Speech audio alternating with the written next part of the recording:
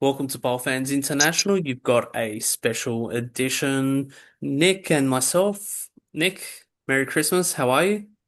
Merry Christmas, Sturge. Merry Christmas to all listening.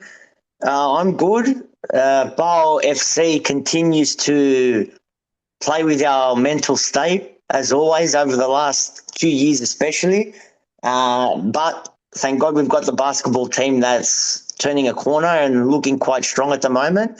Why I say the last 2 years with the FC, it was 2 years ago today to the day since the great Ivan Jovanovic was sacked by Alafuzos, and the rest is history. No explanation needed how the last 2 years have panned out. And that's why I've got this man behind me here, a proper owner, the guy we dream of to own, the dream owner for PAO FC. Yeah, and usually this episode's a little bit delayed. We just had a lot of schedule conflicts, especially around the Christmas period, but we're getting this one out just as what has happened. Not we want to avoid any losses or anything like that. And obviously, there's more current stuff regarding transfers and rumors. Here to dispel some rumors and here to address some transfers. So let's get straight to the conversation of what has happened that we've missed out on. So we'll go back against Kavala in the Greek Cup where we beat them 2-1. Um, we had the early goal from us. I can't even remember too much about that. The first goal, um, Who I can't even remember. Taborda scored the winner. Who got the Taborda first scored, goal? Taborda scored the winner, and Mladenovic. Mladenovic did score. Yeah, That's it. Mladenovic did score with a nice fine volley. Because he stuffed up initially. Um, Before that in a defensive blunder. Then he made amends to score the goal, and then gave away once again a really dumb penalty. I think that especially against Kavala, that really sealed up for him his fate because we'll talk about PAOK where he didn't start at all, where Benitez preferred Calabria, who's great as a right back, to put him as left back. Um, so he gave a really dumb penalty, and then Taborda with a fine low-driven shot beat the keeper, keeper's near post, to give us the 3 points. Now, the game itself was what you kind of expected, a bit of a Horafi of a pitch, big Gate 13 presence, but it wasn't the result that we wanted. We wanted to win by two or more goals to give us an easier passage for the Greek Cup, the way that it's done. Um, but it was just one of those games where we didn't really create too much. We had two early injuries go down.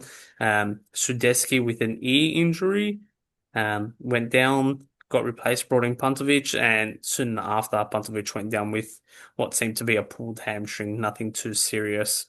Um, so we had Daborda as like a makeshift striker. It was just really all over the place. Got the 3 points. We move on. We got Aris now next in the cup. Um, One leg home game against Aris, and then from there, if we beat them, it will be a two-legger, very likely against Olympiacos. So stay tuned for those in the future. The next one, now this was a really dismal match against Balk away in Tumba. It was just we lost 2-0. Kostandelias, 39th minute.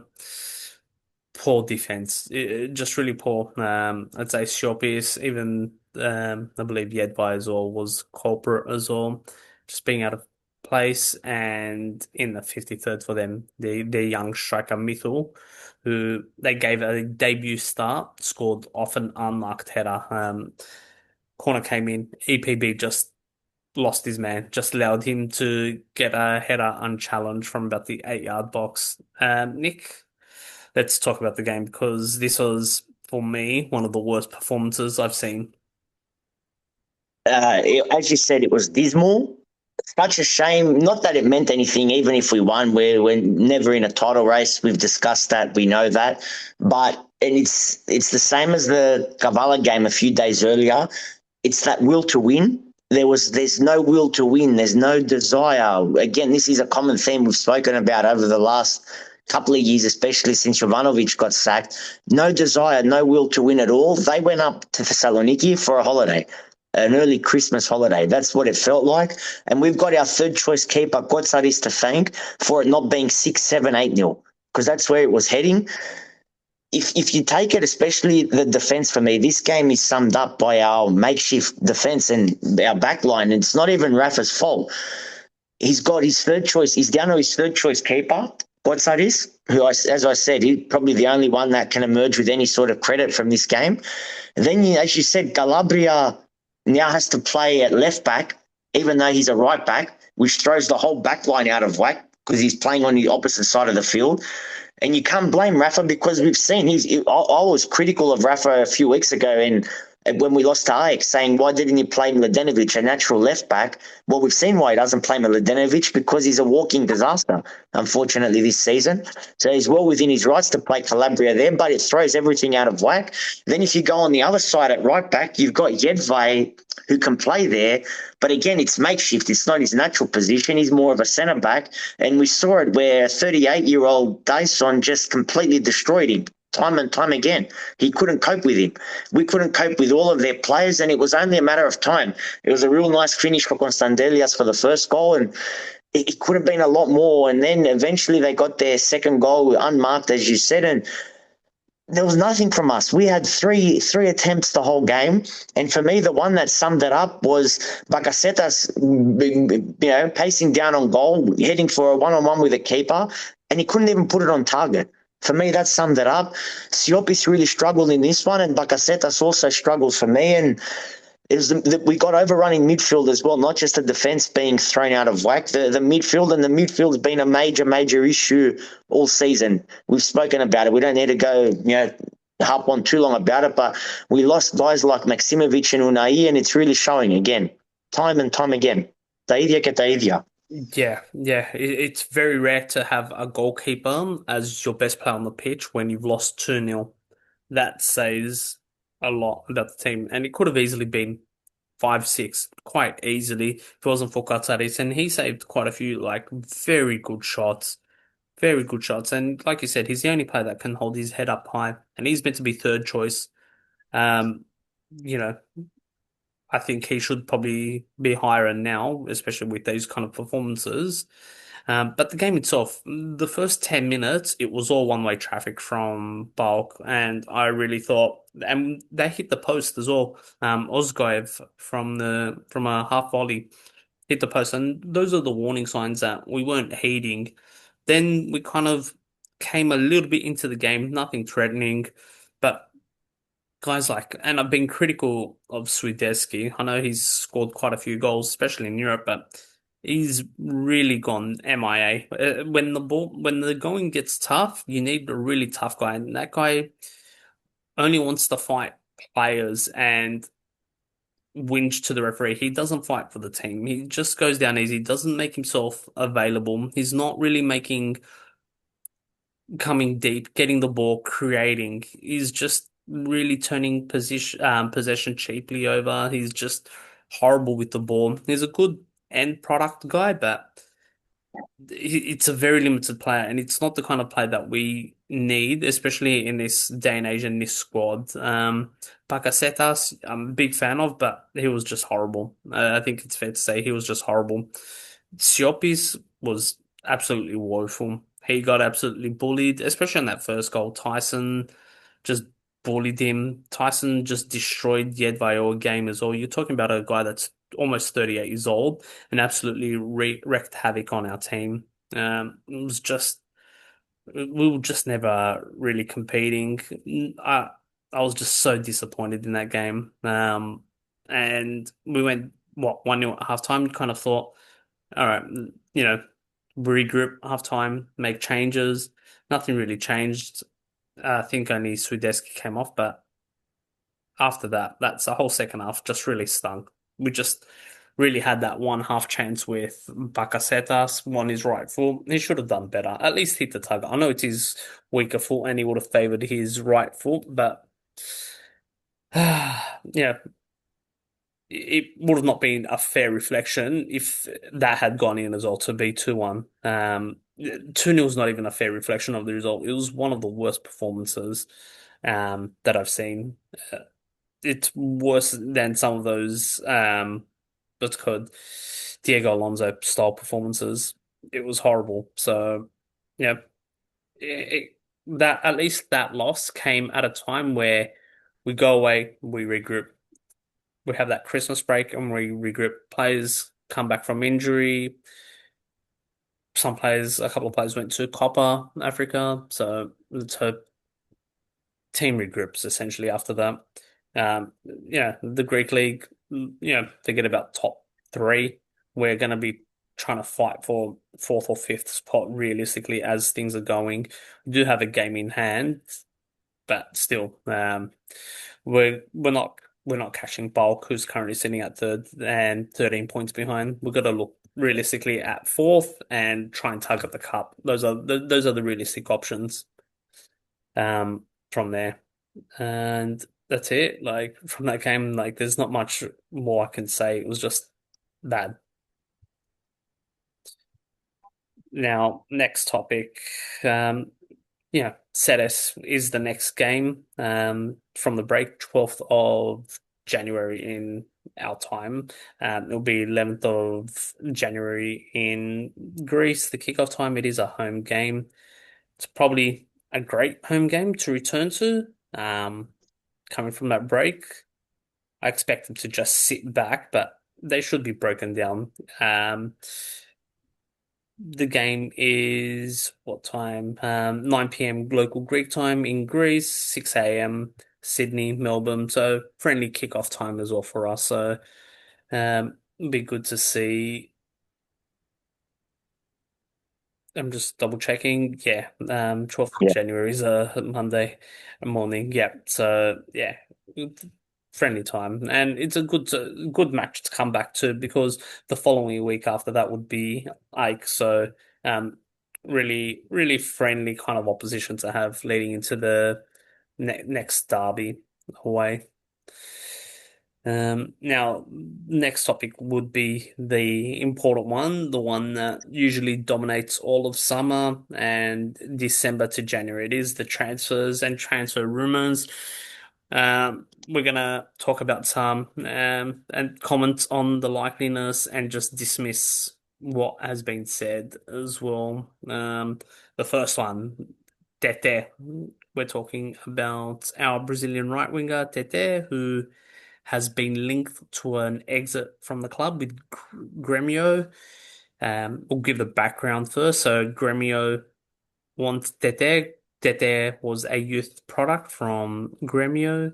Never made a first team appearance, but he did was part of their youth setup. They want him back. A lot of media speculation, Brazilian media said, yep, Gremio has an agreement in place. They are looking at a loan and potentially obligation to buy 5 million. That's bullshit, complete bullshit. I can confidently say there's none of that. There's been ESPN Brazil, a couple of Greek media that have said that it was a chance, but Panathinaikos is not going to entertain a loan for one of the your best players or players that are probably paid one of the most as well on your books to go out on loan to Brazil. Gremio is not also in a financial position to even make that purchase of what they said 5 million. 5 million's not what we will be selling him for. We're looking at least 7 to 8 million. That's the minimum ballpark figure that we're going to look for Tete. So, regarding Tete, those rumors we can categorically say are bullshit. The club also came out and dismissed it as well. The club did dismiss it, but I do think there is not so much a willingness, but they are open to selling him should the price be right, and it's what you said, that 7 to 8 million range. If there's an offer that comes in 7 8 million, I think he's off. Yeah. It's another Yeah. thing whether it comes or not. That's a totally different discussion. And January is a long month. There's going to be plenty of twists and turns. I get it. if he was to go, hypothetically. But then that leaves us with Bellistri, and then we might get Bandelidis in earlier. We don't know. Rafa's going to have the say on that one. I haven't heard anything since he scored against Olympiacos. But here's another train of thought. Tete has been underwhelming on the whole. He's had a couple of good games this season. On the whole, underwhelming. At least he plays. At least he's able to play game in, game out, like Zaruri on the opposite flank. We've got Bellistri, who's a very valuable asset as well, and who flies out and plays for his national team every month in the first half of the season. If we were to put him up for sale, I'm sure we'd be able to field decent offers for him. Yeah, Would it not be wiser to keep that there and sell Bellistri? yeah. I don't know. It's up to Rafa. I'm just putting it out there. At the moment, yeah, I don't see Tete going. I think Tete is a bit of a favorite of Benitez as well, and we're not going to end. But I do see the club selling him if a right offer comes. Unfortunately, there are no other teams that have been linked to Tete. It's just Gremio has popped up again, two windows in a row with Tete, and it's all just hot air, hot air. Um, but you did say Pandelidis before. Now, Pandelidis is an interesting one because we do have an agreement for him to come to Panathinaikos, which will come in the summer, so from July. Now, there's talks that we want to bring him in early. Kifisia have kind of squashed those. Kifisia did come out and dismiss those, kind of saying, no, we're going to keep him. I think we need to pay a little bit extra if they want him to be released now. I don't see them releasing him right now. So, unfortunately, it looks very unlikely. Bandelidis will be coming in the winter. We're going to have to wait another Yeah, 6 months for our him. winter. Yeah, yeah. So, it will be another 6 months for him to arrive at Panathinaikos. Now, there is one that we can say true. It is Dragowski. Dragowski has been unhappy at Panathinaikos, and I think the feeling is mutual. The likeliness of him leaving in this window is certain. Um, we do expect an exit for him. Um, Not sure where it's going to come from, the offer, but everything is pointing towards that. He's gone, like a done deal. He's gone. Um, how I feel about Dragowski, a bit of mix because I I had doubts when we were about to sign him that initial on loan. I had strong doubts because he was playing for a Serie A B team. He was fighting relegation as well there. I had a lot of concerns, and then in that 6 month loan period, he really shocked. I thought he was outstanding for the club. The penalty shootouts, he did a lot of set penalties, saves. Um, we signed him, which was good for us, and then he had mostly good games. It was up until that brain fade from Sedes, he was just not the same. I thought then in the preseason he was very poor in preseason, and then he started having a few good games this season, and then yeah, all of a sudden he's just on the outer. So what they've said that he's not in love with football at the moment, that was taken out of context. At the moment, Okay. Okay. yeah, at the moment, it is that he doesn't want to be with us, and the feeling is mutual. So a sale there is imminent. Not too sure where, but like I said, a sale looks imminent then. Um, There was Jagiellonia and one other Polish club linked, and now more recently Austrian clubs were, I believe, going to go in for him. Whatever fee we get, I don't. Would we get more than 2 mil? I doubt I'd, it. I'd say we get that 3 mil mark. You I think reckon? I think we're gonna get that 3 mil mark. Three to Okay, four I mil. hope so. Yeah.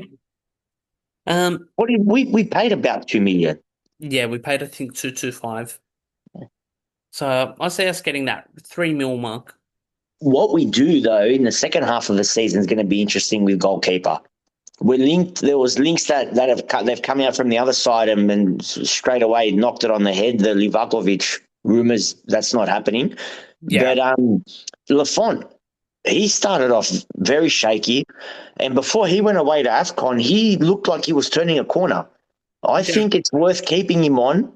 I'd say the season's gone anyway as it is. It's worth giving him a shot as the first choice now, every single game. In the big games, play him, he deserves it. And if he's got it, if he's cut out for it, I'd pay for him. 3 mil at the end of the season to have him permanent for next season, provided he shines in the next 6 months. And as you said, Godsadis is a more than capable backup. yeah. There's there's yeah, Livakovic, that one has been categorically, that one's been denied by their club. I think it's Girona that owns his rights. That one has been dismissed. There was talks that we were interested, but it looks like that one is done. There was talks we are still interested in the keeper, but yeah, Lafont has been playing well to get that starting, and I think Cortadis has done Mm, enough to at least be number two as well. yeah. Um, so so it would be The interesting, and number they keep saying is five. Now, is that five plus Tete, or is that four plus one being Tete that's coming in the coming days? That I'm not sure. What's certain is definitely two midfielders, definitely left back, definitely left winger. That's four. Then there's Tete. Then, other than that, whatever else you can get done, I guess. and I know it's going to be too late for when this episode is released, but our good friend Leo Fordos will be talking soon. So he's going to talk about the situation regarding Tete and goalkeepers as well. Okay.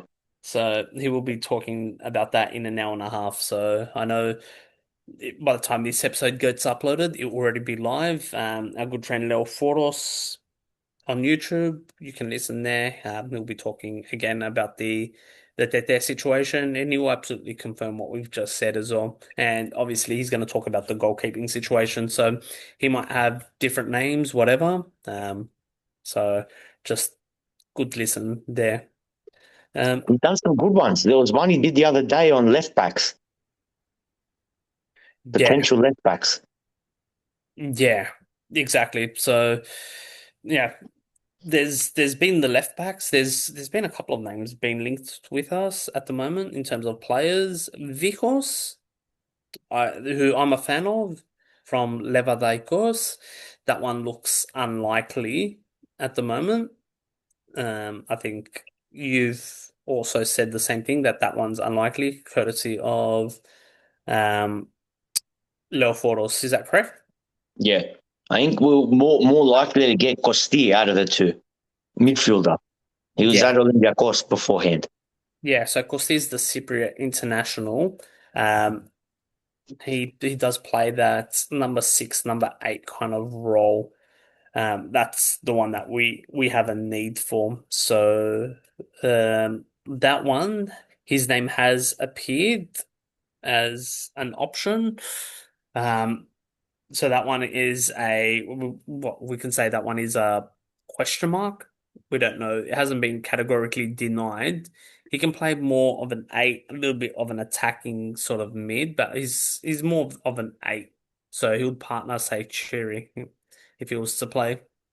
But yeah, even according to transfer market, the possibility of a transfer is 61% to us, 54% um to Bulk. But Oh, okay. yeah, so it looks like Bulk has been mentioned with him, but looks like we're the most likeliest as of the things. But yeah, he is a former Olympiacos um player, From but there, he's on their Dagger. roster, but not really No. played. What I was going to say is where it gets interesting for me this window, it's not only who comes in, who goes out. And this is where Corona, Baldini, not so much Baldini, but Gotsolis and Corona, especially those two, where they're going to earn their money. Not so much Rafa. Can they move Mancini on? What's going to happen with Taborda? What's going to happen with Mladenovic? What about Max? What about Vilena? That's going to be very interesting. If they can shift even half or three quarters of those guys, they've done well. Regarding Mancini, it looks like he will be going on free transfer to. Um, it looks like Leverkusen is the most Okay. likely one. They've It, taken another one. yeah, it was between Leverkusen and Kivisia, funny enough. The two Um, clubs. yeah, but Mancini's contract expires in 6 months. There's no way anyone's going to pay fee for him. Um, So his exit, I think, from all fingers pointing, the exit is looking at um is heading towards Leverkusen out of the two teams, unless something changes. But that looks like the likeliest destination. Um, so Mancini will be will be staying until the end of the season. It's up to what happens with Max Villena as well, and Dragowski. The other one, again, another personal favorite player of mine, um, I will put as uncertain is Tsapras, the right back. Absolute stud of a player. We're not the only linked club. Um, Balk and Ike have been circling as well, but a lot is pointing towards that he could end up at Balk. So that is um that would be very disappointing if that does happen and it doesn't end up with us. But the talks with him have really cooled off. So we'll just have to wait and see what happens there.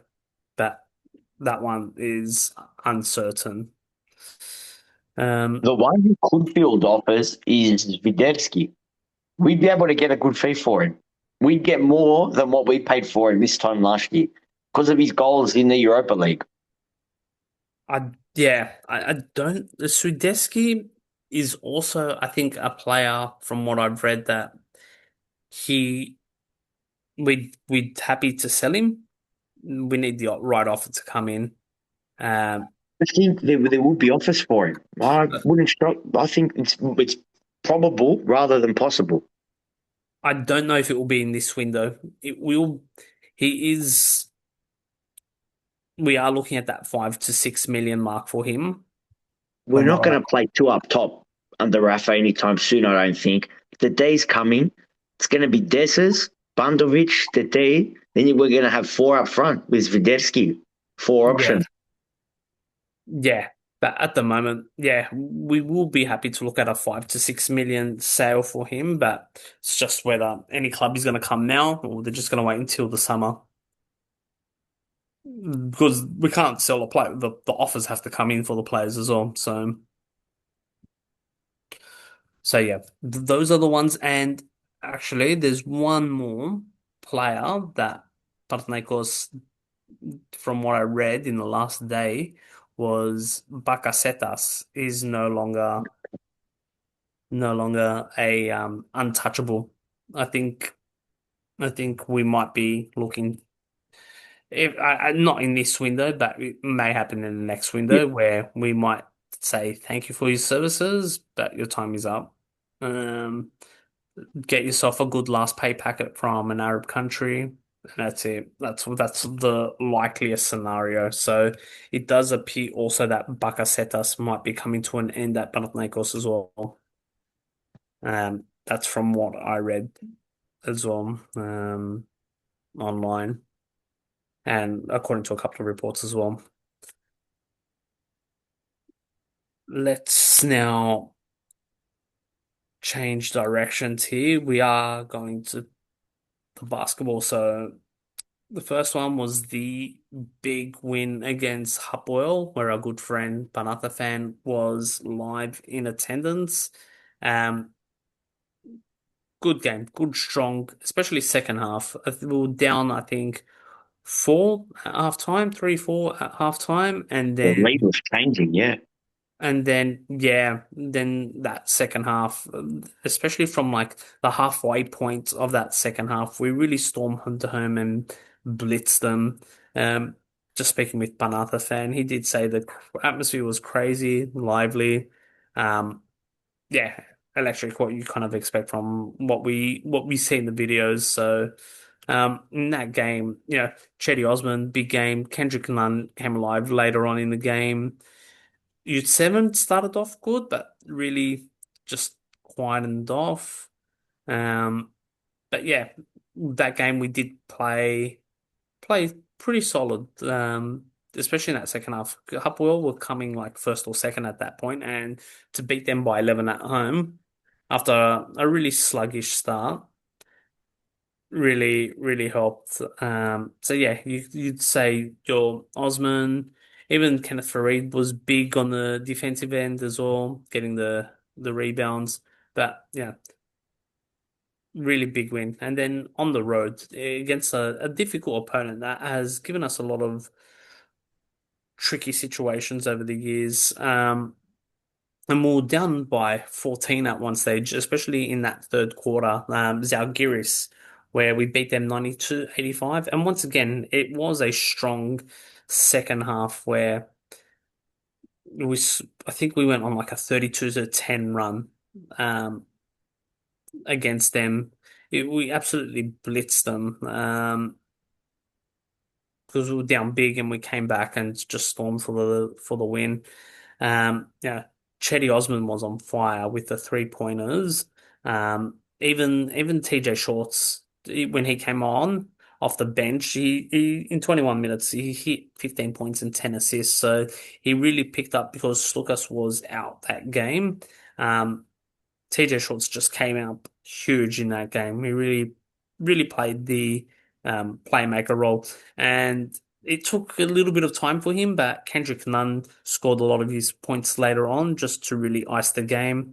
And big defensive efforts. Once again, Kenneth Fareed just really having a block party. There's the video that we put on TikTok, the block leading into the fast break by Kendrick Nunn.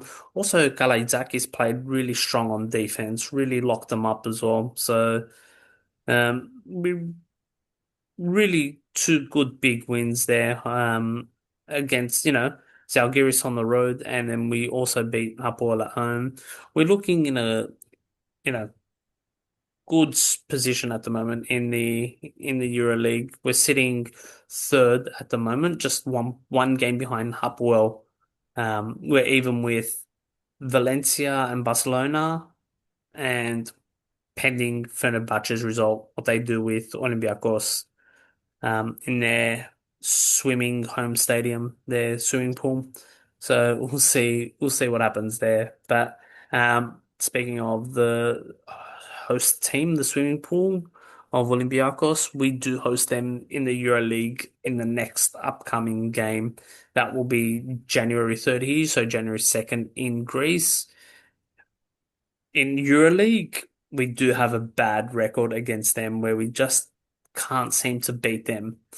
We're hoping that we can just shift the luck, especially being in front of a home crowd. They're not playing very good basketball as well. Today they played against Really, Virtus Bologna, Bologna.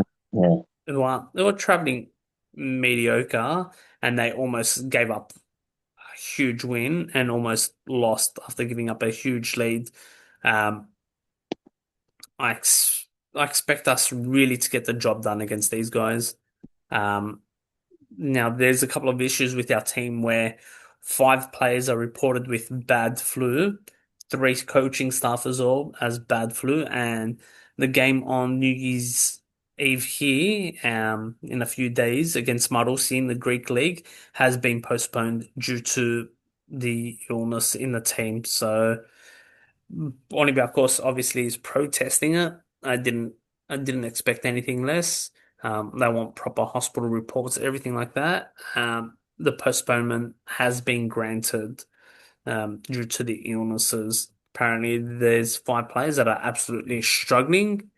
They haven't read which ones yet, but there are five really sick players at the moment with a bad case of the flu. But we're hoping that everyone is fine for that game in a week's time against Olympiacos. Uh, we beat them. They're probably looking border 10. Like heading outside of that playoff zone. So, and it's a derby as well. So you want to beat them at any chance. We've turned a corner. We're looking much better. As you said, Shorts, last two games outstanding, as was Osman. This is a must win. At home against the eternal rival, got to keep carrying on. I'd say finish anywhere, lock a finish in anywhere in that top four. That's got to be the aim between now and what is it, March, April, before the first eighth, second, seventh, before those playoffs. Finish Yeah. anywhere in that top four, then we can take the final four in our own backyard. One rumor that was doing the rounds, but now it's not happening, was Yurt Seven. He had 1 foot out the exit. It looks like he's staying put again. Yeah, but it was very interesting because DPG, I saw those reports, but DPG said in the Instagram story, how do you guys know? So he kind of To questioned it. the DPG, journalist. yeah, Okay. but questioning like he does, he might be still on the outer. So, um, I won't rule out that yet, but um, there was all those reports, but it's not a it's still likely that he might head out. So we'll just see if DPG does bring in another sensor and does flick off your seven. If you look, the team is scoring points for fun. If we're not the highest scoring team so far in the Euro League, we're like up there. We'd have to be first or second. It's the defense we've got to improve. We're Yeah, leaking a lot of points. If you look at us relative to other sides, especially in the upper echelons of the ladder. yeah, we're not too far off from the top. We're 20 points behind the top scoring team. We're currently third, but yeah, um, but it's starting to click again. I think when the team is healthy, the team is clicking. I did want to shout out one more thing. It was the home game against Iraklis in the basketball where there Yeah. were away fans allowed, and both sets of fans, even though it wasn't sold out, or it was probably about 40-50%, got to give um, hats off and clap both sets of fans where no trouble, both in a friendly atmosphere, both obviously chanting. Um, Together against obviously the protesting the government, especially with the Tempe stuff, the train accident from a couple of years ago. So it was good to see that in a match that had two sets of fans, no issues with either sets of fans, just mutual chanting and chanting together. And that's what you want to see um, in all sports, essentially, especially in Greece where it's very rare, very rare. You want, no trouble, no issues. You get both sets of fans, and that's it. You don't want trouble. You want to return home, as they say, from a game. We've seen issues in history in the past, so just wanted to give that a quick call out as well. But apart from that, I think yeah, One thing I do want to say, I'm not sure if you've come across it. If you haven't, and anyone listening, I massively recommend it. Was the Fotis Ioannidis interview with Demis Nikolaidis on YouTube? Goes for about 45 minutes. Shouldn't be that hard to find. He was there with Demis Nikolaidis and Stichiman. If you search that, he spoke about a wide range of things, wide ranging his career, everything, his youth, upbringing, to how he's going at Portugal now, national team. But of course, a lot of the conversation was heavily focused around Panathinaikos. And it was funny. They go. I can't remember how it came about, but they go. Forty goes. The teammates ask how these teammates at Sporting asked him how many times did you win the league title at Panathinaikos, and he goes, I've only won 2 cups. That's it, 0 league titles. And they shake their head in disbelief. And then they go, when was the last time Panathinaikos won the league? And he goes, 15 years ago. And they almost fainted. They were in shock. They couldn't believe it. And they asked why. And his reaction said it all. He just shrugged his shoulders, rolled his eyes, and gave that look. And he said, he goes, yeah, it's not in a good situation. A lot of work's needed, not in a good place. Yeah. Yeah. And yeah, that's a fair assessment without obviously trying to burn any bridges. I think that's a fair thing to say, especially as a professional such as Forty. It wasn't like Corbelis that went guns blazing on his. No, yeah. He spoke well. Then he spoke about what a successful Panathinaikos coach needs to look like, what's needed, and all that. He spoke really well. Yeah. No, that's good. That's good. But yeah, with this podcast, I don't think we wanted to drag it on too much longer. It was just, yeah, trying to get this one out, the planning to get this one out. But once again, thank you for listening. If you had a Merry Christmas, yeah, it's great. If you didn't, stay Hiyamas, and most importantly, Happy New Year, especially to our good friend Arkonda as well in London. Just, enjoying his uni life, just always breaking down the basketball stuff for us. So we really appreciate his work as well for us. He does a lot of good work behind the scenes. So, Yasu Akunda. Everyone else, thank you for listening.